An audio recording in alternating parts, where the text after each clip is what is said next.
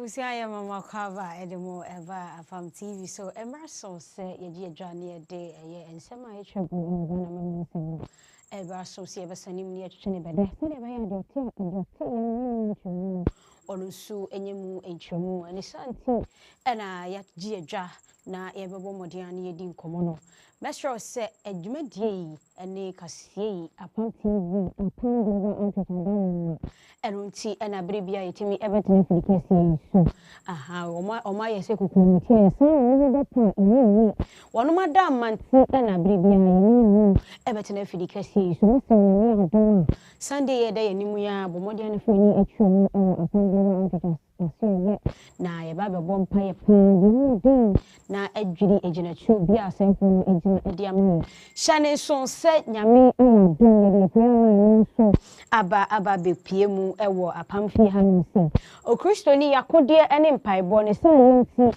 ena bribia ewo se yetimi ebo mpaye eno ti ena Apam global outreach bomodian se ye plan eno eye mpaebo bebia yetimi ebo mpaye enti mesro se bomodian timpanifo homa ewo 02496693 ana 0540378282 na ye be share ensema ebedi katie ni mu akotene bia na empanifo eye Bank of Ghana omo aka ensem bi mo so kan ensem ye bi mu wo hono ma omo kokoje bosia eye insihu no eye na dofu ebi kra no yetimi etan eye omo ko sisi eye ebe fokoso So ana Attorney General Abomodin akasa ede afa Operation Recover or Loot no sa enso na eye ekobi Abomodin ede ensembi atodwa mo so mo kan ense sisi ano wono mo ede nhihye eba be gu akon gan han se no ye hu ya mamre na atimi aboa elisika aba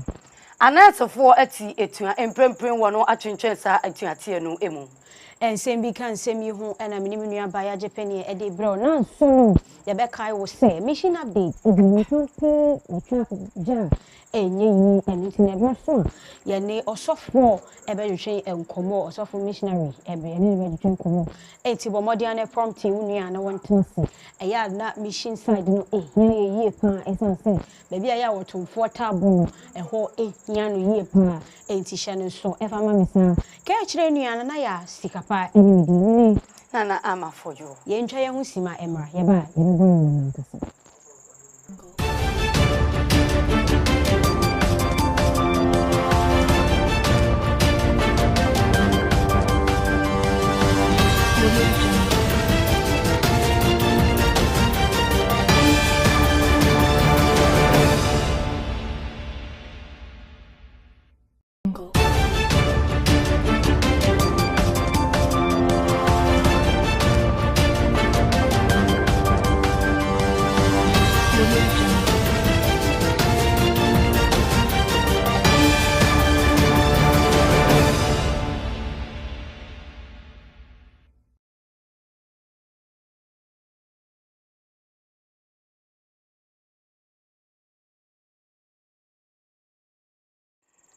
Ghana Desimamba Africa ye hu na embura ensemino emfa emao ende efiada boja ye emudia na Attorney General eye Ora Dominic Ayini openi no ebeto edwa se Ghana mampeni ene naban abomodin atil oral na say Operation Recover All Loot wode ba be yenhwehwemu ede afaniema bia ekoso ewo man no emu ketahye proye jirim ene kankan eno no enam so ama impenifo bie futuo bi ede to me kire line ede to say wa wo insemfue bia no betumi ede aba afi obetumi so de afa abefontentan fidie no so WhatsApp na baby a ede aba wo impenifo bebu hu akonta de kire yense wono enya ensem no eye course de ba ye ena afi ne wo record ye ne afi wo hye nkrata bia kekeka ho a na edosu yie pa eno ena Attorney General Ora Dominic Ayini abomodin afrensem chofo enhyiemu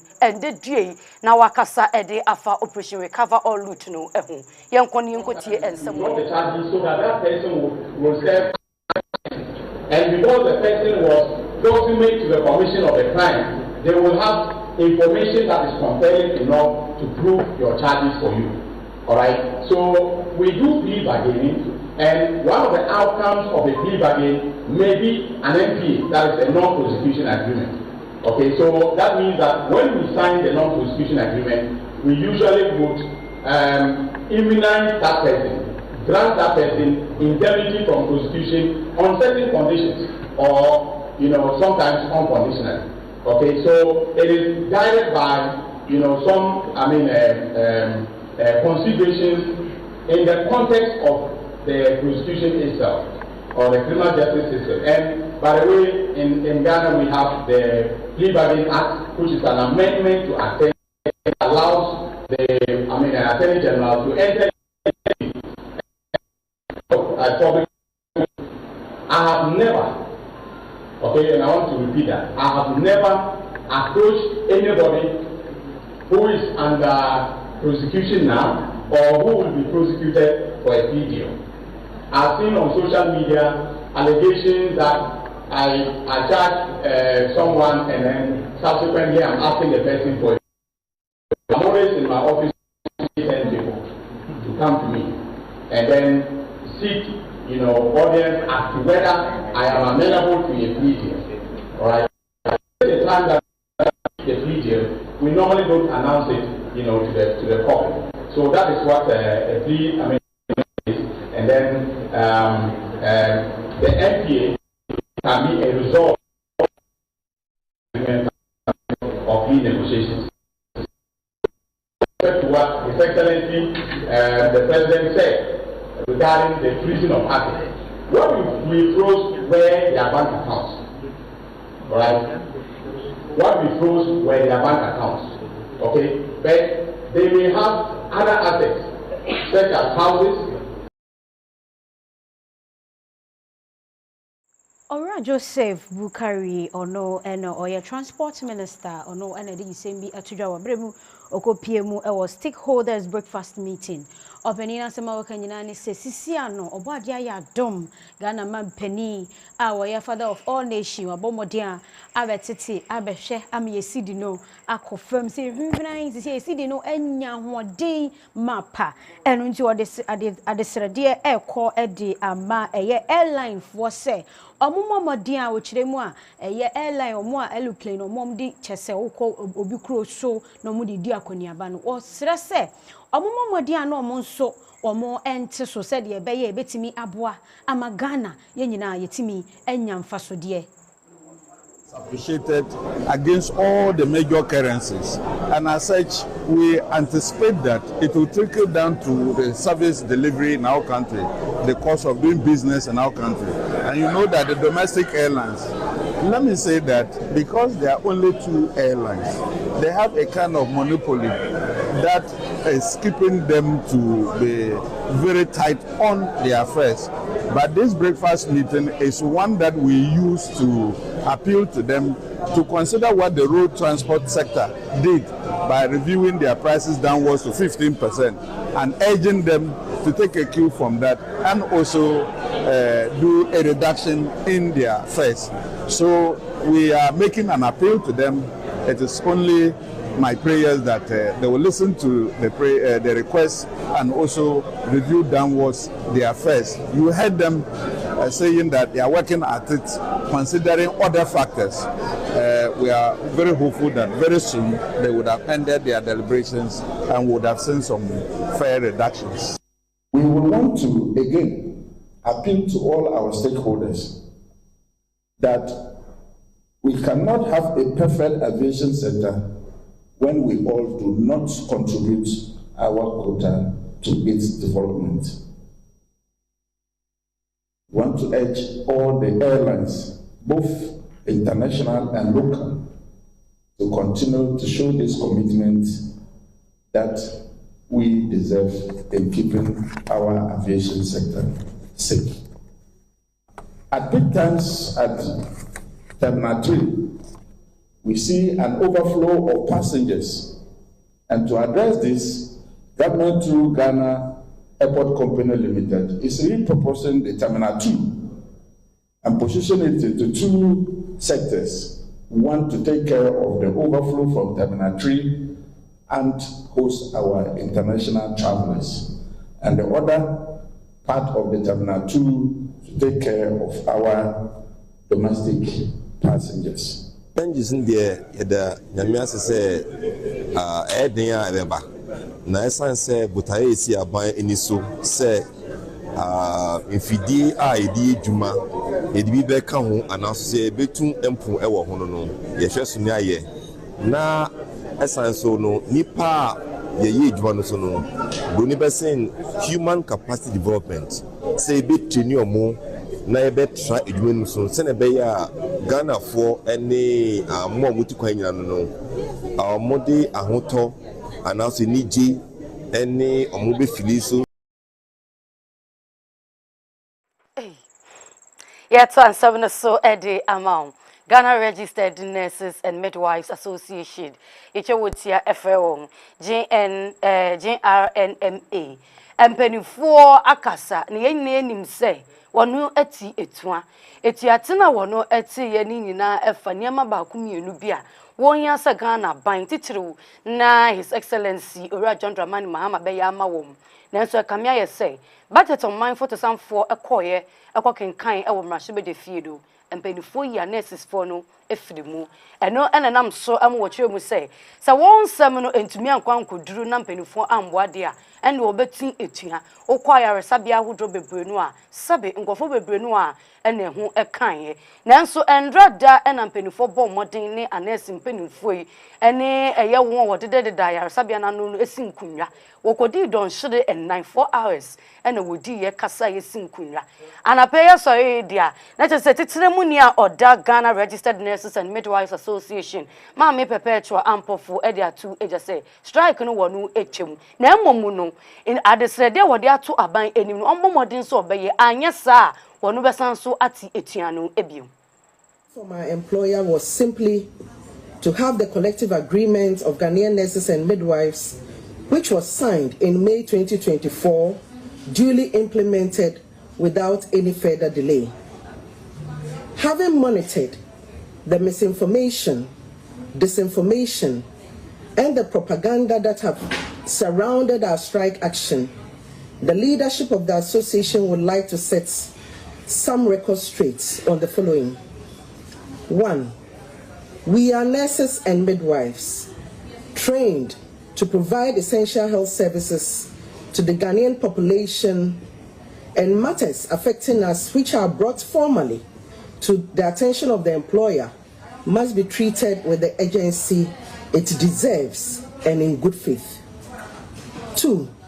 As nurses and midwives, we do not take delight in seeing our patients suffer.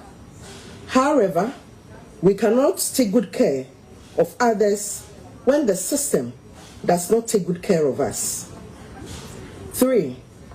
The GRNMA is a non-partisan professional association and trade union and the holder of the collective bargaining certificate covering all nurses and midwives in Ghana. In its 65 years of existence, the Ghana Registered Nurses and Midwives Association has never aligned with any political party in Ghana. Rather, it has worked with every government since 1960 in building a stronger and more resilient health system responsive to the health needs of Ghanaians, whilst at the same time, we representing the interests of nurses and midwives in matters related to their welfare and general working conditions. Considering all that has transpired from 2nd June 2025 in relation to the pleas of the good people of Ghana, pleas from our patients, and the timely intervention of the Parliamentary Select Committee on Health, the leadership of the association wishes to state as follows. The engagement held with the Parliamentary Select Committee on Health and other interested parties on Thursday, 12 June 2025 was very fruitful and has paved the way for an amicable resolution of the impasse with our employer concerning the implementation of our collective agreements. 2. In view of point 1 above, the Ghana Registered Nurses and Midwives Association's industrial action initiated on 2nd June 2025 is hereby suspended, pending the outcome of the follow-up meeting scheduled for 26 June 2025. 3. We call on our dear nurses and midwives to resume their normal shift duties from Saturday, 14th June 2025. And we wish to assure you that we will not rest on our oars until the collective agreement is fully implemented. 4. We are thankful to the chairman, the ranking member, and all other members of the Parliamentary Select Committee on Health for their timely intervention to set a clear framework for the implementation of our collective agreements.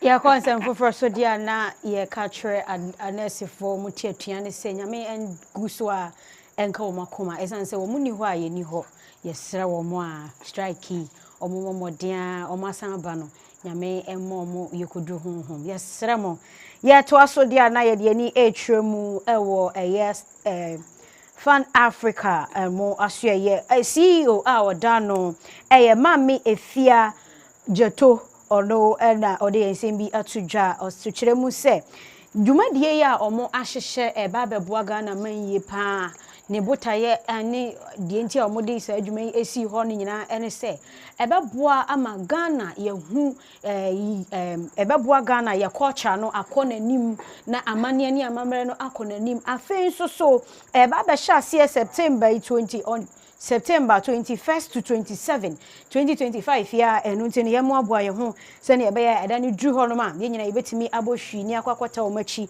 wono mo atonsa e de afre kukudam ene anintin so mo fa omugidie ne o makoma pa emeta adwumadie no achi ebesan so aboa Ghana yesika sem sene ebeya ebetimi amano agina brand na ebesan so aboa Ghana ye bibiman ni yie pa to adwuma bia Africa nyina agi atum wutie ne kan ya ye wo Kenya ya ye wo nkokro bebre Nigeria ne ho keka ho ne ye so numbers no dawson ebi ye 50,000 visitors 20,000 visitors 100,000 visitors sesia na ye hwehwe 100,000 visitors because ye collaboration between all Africans with us, you know, and Nigeria so they unim say your first cousins omo bapa enti ahoboade de ye ya prepare organizers ne say omo fi krokro bebre na aba omo already they've been here for 1 month our year preparations and they're going to stay here till September now omo wie omo ejuma enti ahode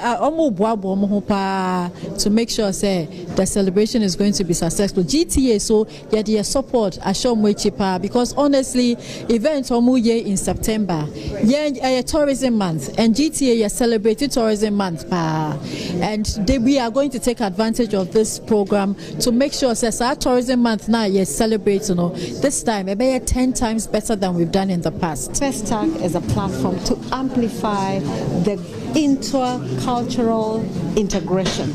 It is a global intercultural platform to bring out the infusion of the cultures from an African perspective and from a global perspective to highlight and to bring out the best of the African culture. Some of us at this age, we don't realize certain things.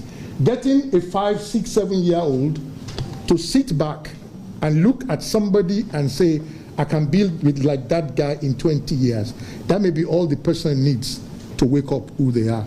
There are a lot of things we are doing in sport to bring some sports guys into the thing. We have Azuma Nelson, who's Baba, we're going to get those people up there to those brands that can entice our children to be better. We are going to do all of that. I thank you all very much.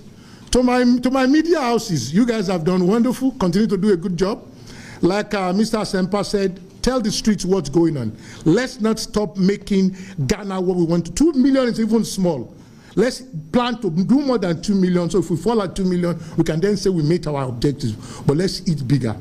For the corporates out there, if you are not part of this, you are missing something. This is the place to be. This is what you want to be part of. I thank you all very much. Kwasiminti mwashobejeni ani ora Fifi Bokman. Openino edi nsembi atu eja ochiremu se. Enrada ensamwa sofwa oto enkra edema omano shenkita wudi ensem eso. Ora Sam jate eye George nensama oditu eja sewa suspende eye radio stations ni TV stations awotodo ebi a ochiremu se wono enfambra kwan so endi djuma afi wono lines se wono edidi djuma no ebi wa ewu eni nieme bia na ekekekeka ho enam so amagana mampeni ede ne nan eti asemnu emu ama wama enkrofo no anampenifo a wono da eye radio station ni TV stations no wono ama 130 days eye clemency sempenifo mbomodin se sa 30 days ne de ama omo omo behye na omo de nyoma agugugu na kwanso eno nam so ama lawyer Fifi Bokman no eye Kwasiminti Mwashobejeni ode atu eja say ofo ne openinu eye eso. May I humbly commend the minister for this move that has been made, and also Mr. Speaker, to show our deepest appreciation to the President of the Republic of Ghana for showing fatherly love to those radio stations and the media houses. Mr. Speaker, it is established that in every society where law does not reign, we are put in the state of anarchy. We are put in the Hobbesian state where life is nasty, where life is short, and where life is brutish. Mr. Speaker, insofar as we need to sanitize our system, we need to ensure that pragmatism, meritocracy, and honesty reigns. And this is what our minister is doing. We cannot allow impudence. We cannot allow people to do whatever they like. I heard my brother saying that it is targeted at some people and it is local radio stations. Should we allow, because we want radio stations, local radio stations to go on, should we allow people to live as they want? No, we are in a civilized society, and that civilized society must be governed by rules. This civilized society must have leadership, and leadership must show tenacity. Leadership must show that we have leaders. So I want to encourage him. I want to tell the minister that he is on the right course. Ghana is behind him. All of us are behind him. We should ensure that our society, our airwaves is cleared. We should ensure that our airwaves are sanitized. We should ensure that nobody hides behind anything, behind any authority or whatever, to do whatever they like. Mr. Minister, you are encouraged. Go forward, go ahead, and we are all behind you. Thank you, Mr. Speaker. Yakwa ensem frufro mudia na yede ani etremu ewo Bank of Ghana asye empenifo edi ensem bi atoja o masema mu kanyina ne se obi ebomodia ebowura bank na okwakwaji loan kakra ensi hu no ebia na obi yetimi ma obi edi na japade esiso obi so ho ane ka na se ade bia sombo otimi tabiri edi siso eno ne empenifo esisi ade omo eba bekinya wo mu ho enye se ebia bibi na emomu omo beye nsachiraye bibi kakra na womu ezanse sisi ano abafu aba ama ye nyina enu nti no omo eba beye ne se ebia na opese oji loan na ensi ho no ebeye abafu kwanso se ne ebeye a ebetimi aboa wo. Becomes more digitized, the demand for innovative credit solutions will continue to grow. The collateral registry will evolve to meet these needs by integrating with other digital platforms such as credit bureaus, digital identity systems, and e-government platforms. The goal is to build a fully interoperable financial infrastructure that supports real-time data-driven decision-making and inclusive access to finance.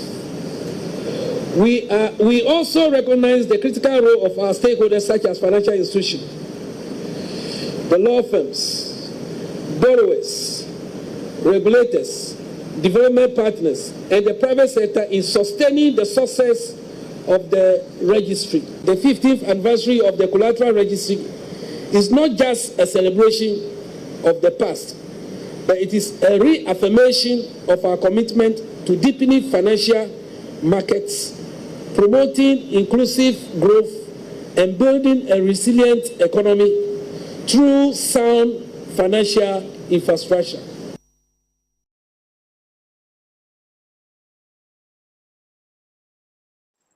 Ghana Water Company Limited in Penny for Edinsem Atu Eja. Now, one summoning and what you must say would be a trebu a year abogba. Near maybe air coso a wawoni NG a home. Nina Eddie say, one who emusen cophobia afakuntuna say, abomodin ayin suo and watching so at the cool fee, and I was so air tone. And no, and I'm so amani pa or share a young kind had no so. Meche Ghana Company, Ghana Water Company Limited, ne so, won kampuni mante muha, any ora, anana ya, berima, or chemu say, wano ho, and I no board chairman, wano asutre say, Obia can be the actual one, won't put a boon to won't call, na won't call and crochet. And no, and I'm suman penny for a boon ketem equipia muho. Now, we'll call and we'll send near ora Eric, a year adoma, a kind no nay no creature do. And into one who frasia and shishimu amasino, one sasso and cofono a pan echi. Sa if ye are a way. Omotons you. Nensuno omotono, omo lines no air supply lines no air 3 no mubako pe and a meter bosso. To say mubako pen with tia huska. Tia candy. And send say, oh, free as our garden into the garden and or the end of Juma. Nayaba hey, me and Kasame de me video, a record day, Ubia, Obabunsu, Ewaha track, that's long track EB. Polytanks is similar about three of them, if not 4. And the Obich catches me video into a Shada Bejina Hassan or Shea no Sadan and no Okoy. But me and Bahakram who nip cast me, you know. Omo P, our sense, our moko.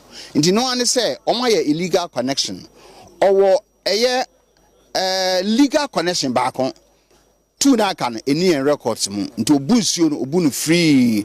Then I say, watch a few mumino, and why tank cracker, said the Mamco Union, the other one.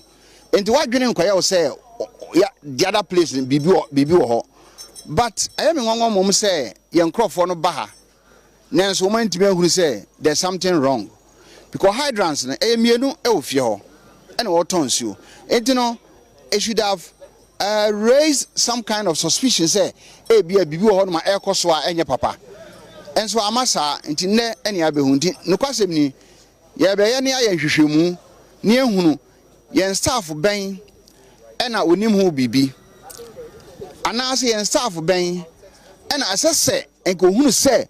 Bibi say koso na want me and raise alarm na ama sebe board chairman ono ba just 2 weeks kwa woni ye no ono no obetime hunu bibi sa ama ya basa nti no ade a asefem pa omo machine wo ha nti omo pump nsuo no gu that underground tank no ma no mo pump ko the other house no na tankers no abefa ediko. This is a very, very serious thing because the number of tanks cars a bar trucks a bar business in a day no mean say a bear ketwa because me am bar hekra me hunu a number of them just say o ma ba echo bako into the idea e be ma police for abem na you find out how long has this existed, for how long have they operated at our blind side e bra yen dim na emra baby emra ma ye kwan say yemfa asem no nto no ye de beto. Ghana Water Company here information empo ne beti about yen staff do cry involved. Say staff you involved or no, you not raise any alarm because when you be video on to obeka na no atum na mo ba na obeka kire ne ye ko hunu yen staff na say ko ohunu hu bibi na pretend na oyɛ ne ho sɛ onni ho hwe no yɛde ne bɛfa mmrakwan so nti ɛsɛ amanfo sɛ information yɛ ho hia yɛ paa we me gidi yɛ sɛ ɛyɛ tip of bi no bi de ma ɛyɛ board chairman no nti ɛna ma ohunu sɛ bibi sɛ ɛkɔ so no nti wo a ohunu sɛ bibi kɔ so bi a ɛntwa yie ɛwɔ yɛ water connection yɛ supply lines yɛ mains yɛ ade no bomodi ama information na ho hia yɛ papa ɛno na ɛbɛboa ama wo nsuo atimi aba because obi say na watch nsuo no it can affect your line if you are on the same supply distribution mains with him or her.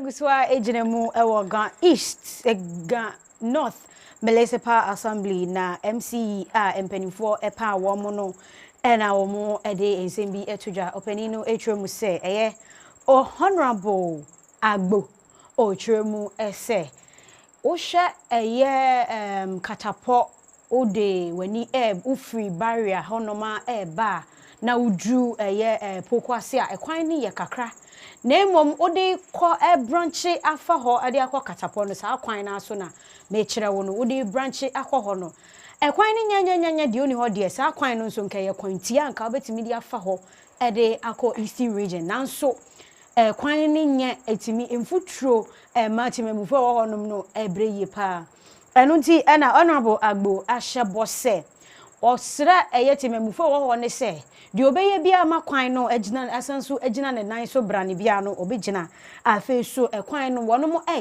enti wono mo kamakoma to mo yam na se de Ghana mampani ehye wono mo bo se ode omusika ne ebe ma omo no empempere mu de sika no enya meduru ye na emom se beduru se kim ade a wo se sika no bia no wo hye omo bo se ode ebeye ama ekuro no ana se community no ade omo ho. Ifri pokwase eko katapo yewo inkrokro bi nso a etoato aso ti se dede man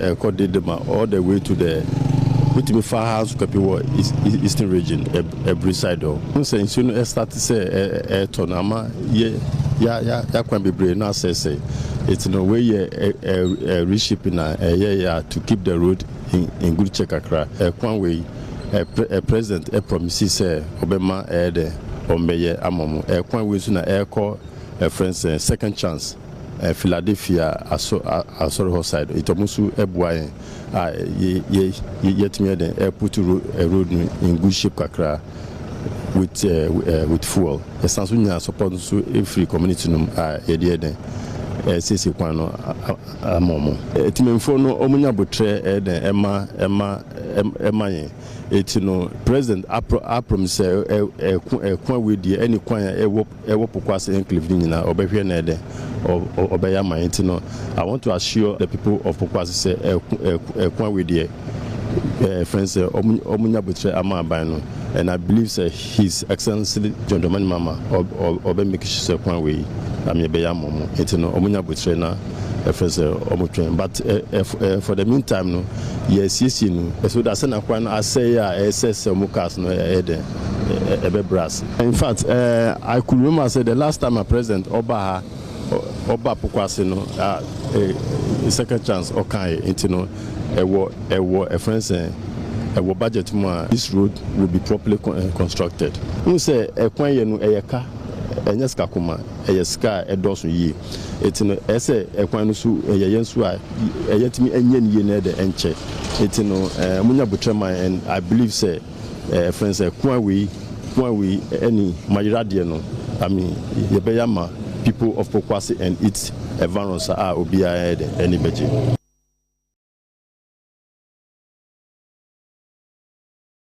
Ghana de mamba yenjina nsabi nso na yenja boafo nkrato ye ba ofan eduso no machines update ye beto aso de amamo.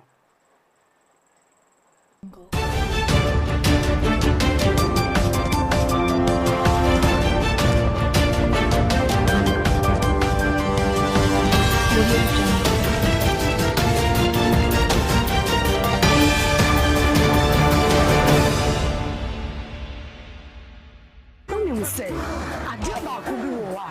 That's me. I'm a would you media Wudia na Dena water.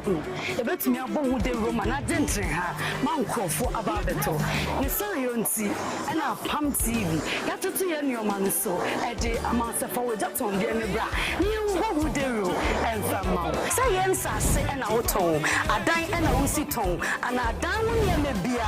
Say yes to cool hospitals, supermarket. Now person who do a Apam TV and I make out for a day amount. When you money I can see it's what I done Tim. But more than say when each baby say Apam TV. Now you mono open airtime at all. Say 30 minutes, 45 minutes, and now 1 hour. Apam TV or what the mouth. Say LPM so now open crawler and a squeeze bar. But more than say what the baba time here your purple a day amount. And to say kumebi and a woman. She share a truck crying. I was such a rescue point. A hawk and a butu and also free. I want my true voice so 0599 002 463 1934 and Dinsa also Apam TV connect. Glory be to God. I want to thank God for such a special day. What an incredible day to be alive. Today we celebrate the Apam Global Outreach, a ministry that is touching lives all over the world and is headed by Papa Nee, they call him, an awesome man of God who loves the work of God, who have sacrificed so much. All I want to say to those of you watching me today is that if you live around the Sotum area, this is a ministry to be, it's a place to be, and it's a place to fellowship. And you are going to be bombarded with all kinds of unction. People are traveling from all over the world. My name is Dr. Ebenezer Tete. I want to use this moment to also appreciate and acknowledge and to endorse the ministry of Papa Nee, and that is the Apam Global Outreach Ministry. He's doing so well, and you feel the presence of God when you come to these premises. I will encourage all of you. This is a place to be, and I promise you something awesome will happen in your life. God bless you, and God bless you again.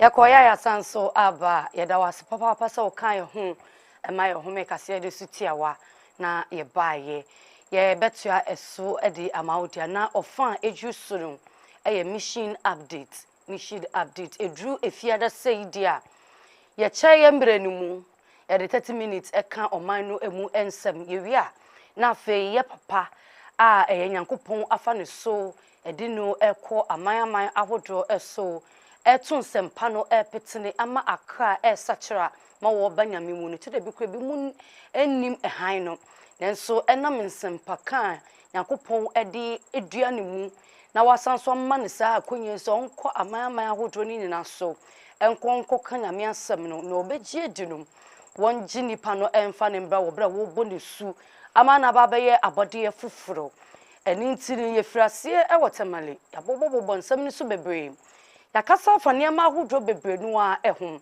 ye katamalia na ye niema ahodro bebrenu a enana ekoso missionaries ahodro ni asofo bebre a efre won ewo kasamfoni esorom wodon abomode anya abotere a church niema mu ede amayen wo bra wodi nkan ko ho ensase wonu di nkan ko nyaye wo kire mu se wonya ne di kan no ewo kire kukuo na ensem ahodro wono ekekan ewo ho no kire mu se bra wono tu anamon ekọ ho no wonse wo kọ baabi a enya wo pe na wo de bekọ enkrokro ni dosun ye de won kasa yesinkunwa efa niema ahodro bebrenu a ho kire mu se asafo no mo de ni mfuruma ewo mpotemu ha nkrampopuni mantemu ha na enso no ni o asoma wo no ena o kire bebi potia wo bekọ ena mo fatemali menu naso be dia dance se ye katamalia anatamalia nioma ahodro bebrenu a ena ekoso ebi ye nsuo sem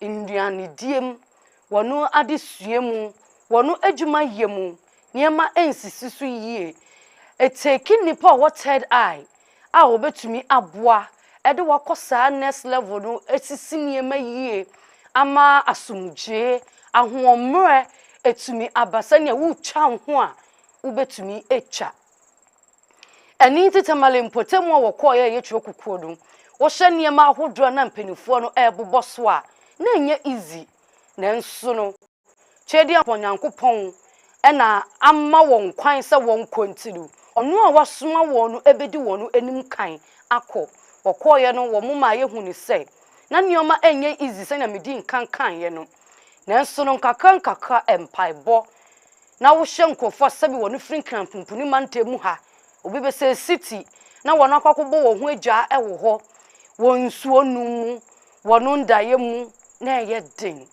na nso no won tumi kunkoden esanse chiro ne se wo fa nyame adwuma na wafa adepa nia wanhu ne fie so hye no ontumi so nhye nyame afie won wanhu afie hye ani nti won asanso ehu asori hye ama wonu etubata obroni be se wonu disguise wonu ho na wokoye se won konko hye quota kese ene niema ahodo bebre no nko scary nkofo mu woni ndwane ani nti no wonu ba fom sanya wonu won betu santene na wonu etumi aginya menu a asoma ye papa akọ no wonu agine di no kre wonu bo modern gidiye sanya medi nka me kapena masanso de ba besisu se na emu odindo na nso wo mutumi koye wo mu kirema na nsuo sem enye aduane die mu nye suku enye afei injuma so na enye enam se wono climate change no nsuo ni ntanto etude bi kwa wuchi wonu duade asase no wutunu kra enko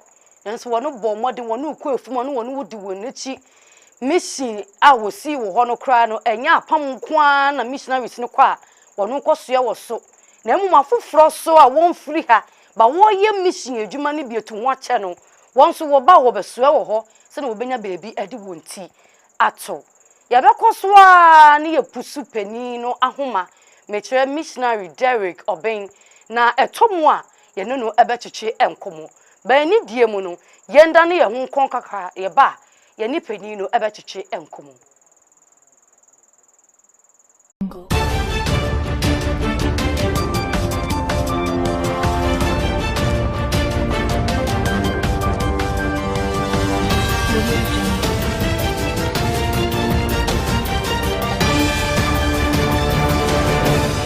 Global Outreach Asafwa Evangelist Papani Ajamai Edano Aton Sadia Fro say Raniemum Emom Paye Yawadei any Yawade Bia Eson say Aya Healing and Deliverance Service in tea Yaminam ya papa so Esayarewa Ebubum Ponchere Etuanomi Efri Yamemasu Shannon to say you made a chance yes 7 May say a far Konya way so Aton Sadia Fro say Kosia day any Kosia de Bia Yamema Ebom Ediashia First service no a mission and leadership service Eshasia 7 yenya daje kirekirew ekwan a obefa so a obeka nyame asempa ne akire afoforo na ye second service ne so a prayer and testimony service ye bompa ye denden pa di dwiri ejina tubi a asefo no ejina edi amaye shane so se obeba beka ye ho ne ya bompa ye denden pa ye tru akwan e wo so tuom rescue junction open churchemu bi a obetima frɛ ahomatwofo 0249 66 9993 and now say 0540 378 8282 Apamba Yasunyame Otiasi.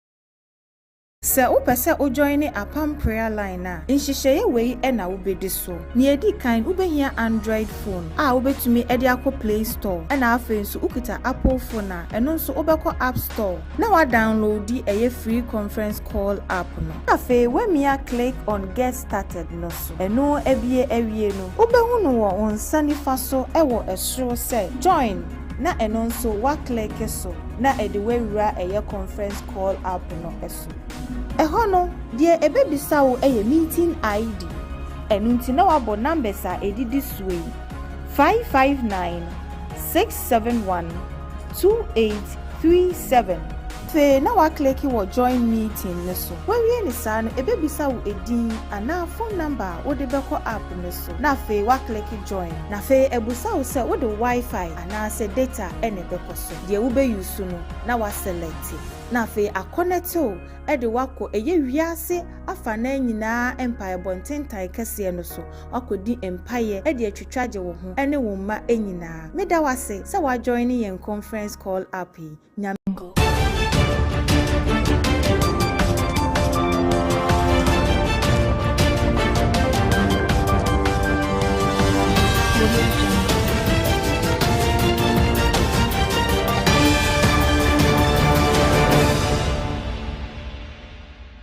So Emma wakwa babiona yentoa eye ensabino eso yetoato ahoma no yensenya nka eye missionary Jericho Ben say yensa enya ekanoa ebetoa enkomochechedo eso edi efiri bebia isiye na emom no sene na medi nkan kasa efa eye tamale eho ensensam no niam bebrenu a enana ekoso yi pa eninti no ansa na wo beko baabi papa wo quote bi I say for you to go to a place and a baby no obebo modern aye to say won ansa na wono age won atum esan say wo kona kwakoya wo sabe me kasa ne in quote akaka bensam ne niam ahodro bia eno no be din ye papa nanso sania me din kan kasa me kan sanya nkopon na asoma omu ena no huhum so na odi duom eninti na etwa say wono eba fom sania beboa ama nneoma akonti wo hye infoni awodra ye display awo TV do eso a ye papa na ete eye sobonto onu emu a wonu echi ede ekọ uba na beto ye papa ewa ha nhu ni se na hu fesuo ne nneoma ahodro na kwakosesa ewo ho esanse ode chi akra abanyame mu wo hye beebi a mu ye aduane na wono ewo ho bi wono eboa wono kuafu ma no wono edi ekire enye biribi ntie o na emomu no sanya wono benya yewrade ne mu gidie ntiro ena wo tu santene wo boaboa foforo so bebre sanya beboa ma sabe won wonya beebi da no wono ebetumi nya beebi ada no wodi wonti so ato ebi mo ewo ho a wono wa awofo a missionary Derek ma yehu se wo ye foster children a wono ni awofo a awofo asabi wo betumi take responsibilities aboa wo ewo ndada sitina no emu ya papa fato no ho so say sankofo ni na no obefa mu beebi atena ewo mpotem ho a na wona sanso mu wonduane nsuo pa ahome pa no wonu enya ama won dada sitina no etumi akoso won so asabi woni maami eni papa no wonu esi eye orphanage home kese e de amawon a enkoda no etumi da suku dan so wo ankoda no ko no wo kwaje ntete se ne ebebo sanse se yebeka ya bia ye hu ye se achechefo no wase che nkoda no ade enhye nkura enite maame kan se we wonu banyina no woni akrafo no kumasefo no Cape Coast takuradefo do aba abetro BEC woni obesi nkunwa atro nanso be wie kire no na wono akem na cityfo no akwo enim enite bi nua ba na ya awa ha yebekọ ne nchen no no so kaka owodo ode ata eto ama mi se waka ni nyina nyankopon ensure ene so ma me odi memory verse by ana odi ye pum swintiri ebeba mo oba di ensure na abribia no esema ya odi ba no ya ne emu hama kasa mi ko bi ni man ka bi di wan ko kranke se de mpanimfo ka no aboso ba ena majapai enti ni nyina ene waka no mo nyamehwe ni nyina ene waka no wonsom so eni nipa enti okọ na oboa ni nyina nyame adwuma wo hwese de the mission coach ebo ne homoden na oboa afoforo na ewo se wutimi ehu ne se ewiye bremu nyame de ne ye adwuma pa enti ne mesre se ebia na wo de wa ni achi anko na emom no se wa woni tua utimi beka yensa ewo Apam Global Outreach asafo na onso wotimi aboa yensa de ya na ye na abiri bia no aya na emu odin se ohwe emofra wonum woda chepa na asem binti ahokyere binti omanya entete pa na sebi ahokyere nti omanya eye sukuu pa anko na ohwe wonu mu benyin ebi mokra life etimi eye basa ya na asefem enya obi ene pe ne ho saa na emom sebi eye ahokyere enti ne santi ena ye papa afade ato ne ho so adwuma de woye ni bebre me ka se me boboso a ukọ eye anwonoma mu a odi ni dwuma ewo ho ukọ eye chese baby bebre me ka se me bobo ade beche ama de asa na emomu baabi a wafa to ne ho so a odi dwuma no ewo ho pa eye tamale anu ti ene yafa yabomadia yafa tamale aye twetwe ne sere ene abasa yapasa wonti ase na wonso unhu ne se ne wafa nyame adwuma no wafa de passe ne minwa ne di kan ye no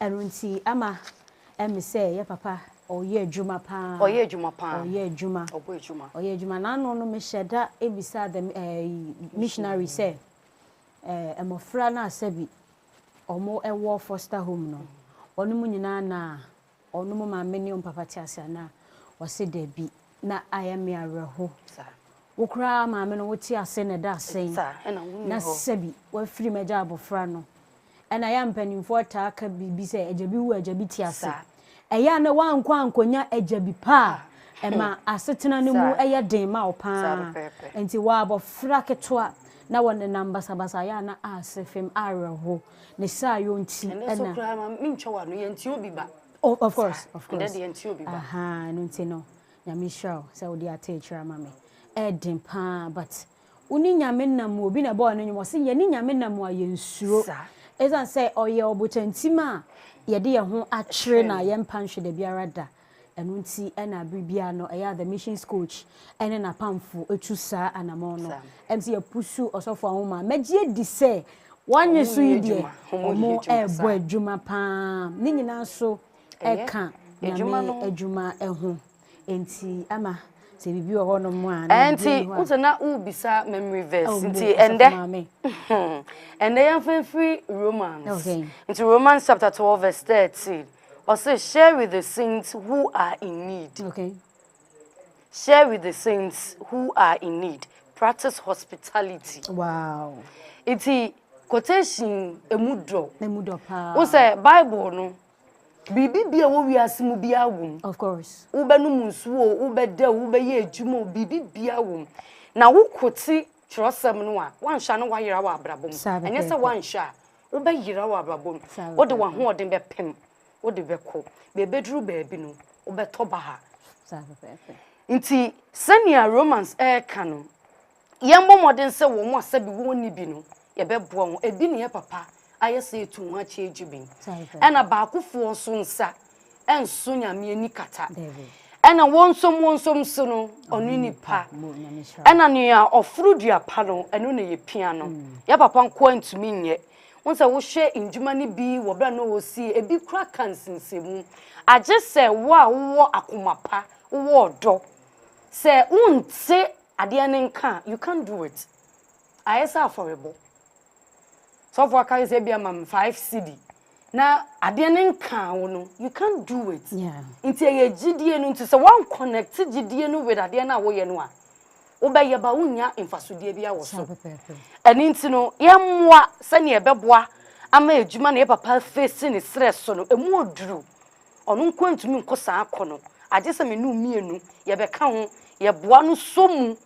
Ayese ye kukura de na nipa be 20 na me ama me nko a me se me mpagya ne nipa 19 esom na me hya ase na ayese me som na ontumi na meja na ayese ade ne sink bankofo no do so mo maso ba me nko a enu nti na empanifo se won som oni nipa enti no ye ma ye kasa nye bi sabe ye otiase no etiase nyame enhwira obi bia ode na koma pa etai the missions coach echi ye kwa ye banyina no obade enhwira obi biara sabi oyi ne taku anane sempoa ede eboa nyame adwuma nyame enhwira obi biara pa nyame enye gese ene o mami verse no fa free he Romans chapter 12 verse 13 Romans 12 verse 13 of mame udi eminyampo de bia se one verse na ma na me ho yira me esanse eboa obi a otifie Emma wono nso sebi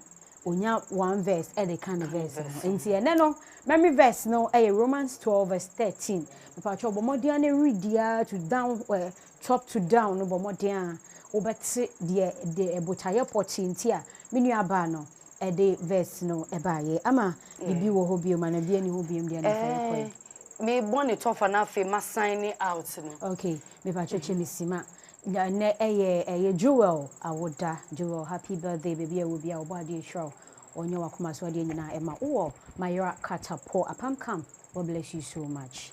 Yo masomu dia na niame eka ene se empenimfo a wono etaye papa echi wono bo ne chidom ebo amadwumedie no ekoni nyina no yame enhyira won edwuma no edin nanso no enam nyankopon wafre wonti no wono agya me bia wo ye edi echire se ne ebeboa ama yenuanom asabi wono ajira ewa abrabom won hu ehan no won so betumi ehu na bibia no etumi akọ enkan aha ene yedi dwumedie ni nyina no yedi ebesi obade ya dom na ode memene da edom ye ne kwasia da na nejuada no yeda so etiase a yebesanso ehia na emom yemfa na asene ma Apam Global Church asafonom dani de nyina no mpedifo eyempaebo ewo atitiriw ene yawada wobra no nson abo akwakopem 11:30 na ye de osom no akwakogu aninti enitiem ne obuo kwanso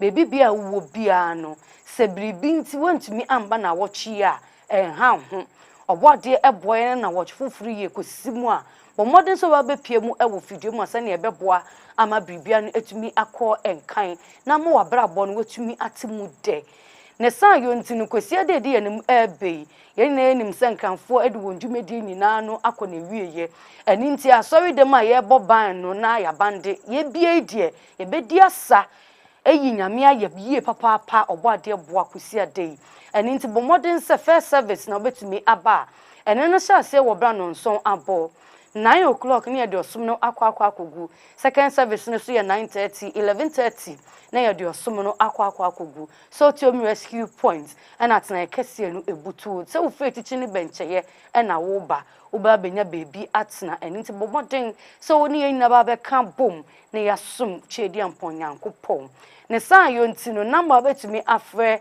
so wo pese bibi chiro so pese oni asofo ni di nkomo ana mpai bo prayer line no betumi afre agin chechem ni nyina no wo 0249 669 993 0249 669 993 and 0540 378 0540-378-282. Yenda production crew ni na asesa na watchi so no wono bo modern tina kasamfoni no echinchimiye edema ma utumi hye ewo fiefie mu ye kode a hye ohu so yie ma ohu ambasem na edwoada ye ba na ye mark register na udin epie mu ewo mu akenkanfo no me na ama Fordjour mene ka chire nua mama ya Sikapa yamfa kasamfoni so ne yenwehye awofo nyina ana awofo mbe ma Father's Day nti happy Father's Day in advance emfa nkoma obema bia a ohye Apam TV yakram